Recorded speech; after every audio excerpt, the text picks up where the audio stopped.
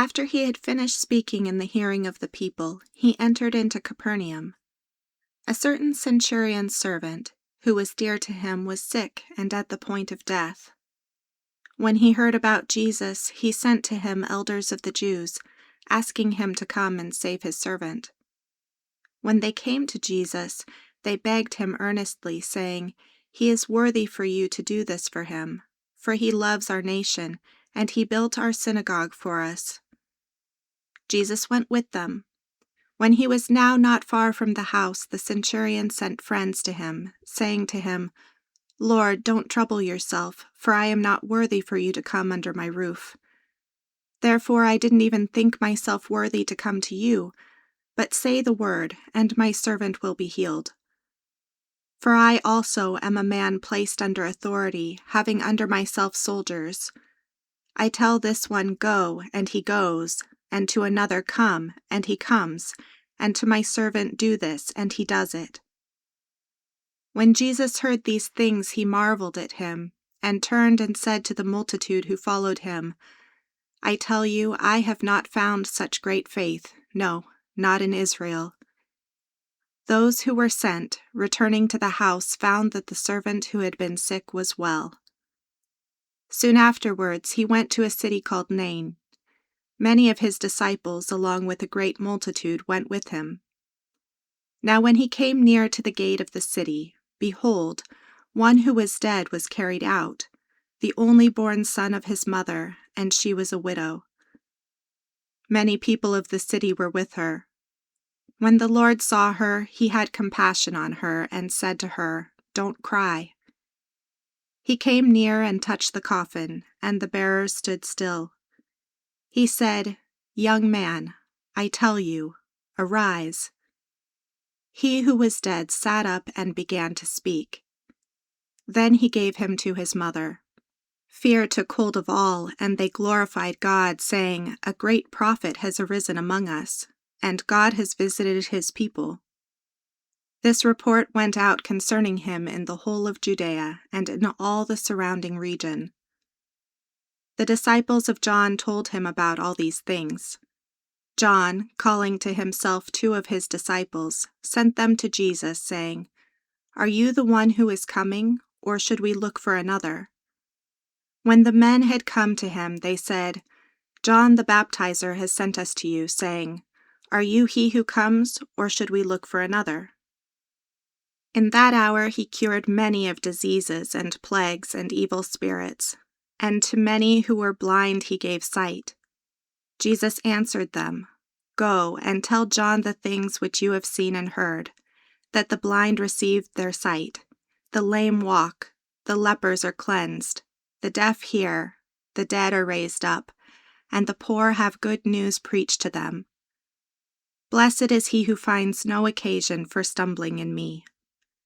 When John's messengers had departed, he began to tell the multitudes about John. "What did you go out into the wilderness to see? A reed shaken by the wind?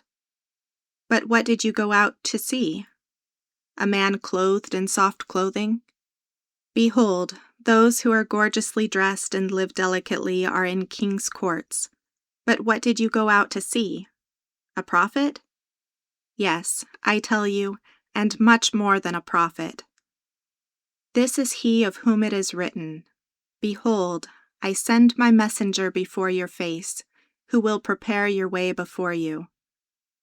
For I tell you, among those who are born of women there is not a greater prophet than John the Baptizer, yet he who is least in God's kingdom is greater than he." When all the people and the tax collectors heard this, they declared God to be just, having been baptized with John's baptism. But the Pharisees and the lawyers rejected the counsel of God, not being baptized by him themselves. To what then should I compare the people of this generation? What are they like? They are like children who sit in the marketplace and call to one another, saying, "We piped to you, and you didn't dance. We mourned, and you didn't weep." For John the Baptizer came neither eating bread nor drinking wine, and you say, "He has a demon." The Son of Man has come eating and drinking, and you say, Behold, a glutton and a drunkard, a friend of tax collectors and sinners. Wisdom is justified by all her children. One of the Pharisees invited him to eat with him. He entered into the Pharisee's house and sat at the table. Behold, a woman in the city who was a sinner, when she knew that he was reclining in the Pharisee's house, brought an alabaster jar of ointment. Standing behind at his feet weeping, she began to wet his feet with her tears, and she wiped them with the hair of her head, kissed his feet, and anointed them with the ointment. Now when the Pharisee who had invited him saw it, he said to himself, "This man, if he were a prophet, would have perceived who and what kind of woman this is who touches him, that she is a sinner." Jesus answered him, "Simon, I have something to tell you." He said, "Teacher, say on." A certain lender had 2 debtors. The one owed 500 denarii and the other 50. When they couldn't pay, he forgave them both. Which of them, therefore, will love him most? Simon answered, "He, I suppose, to whom he forgave the most."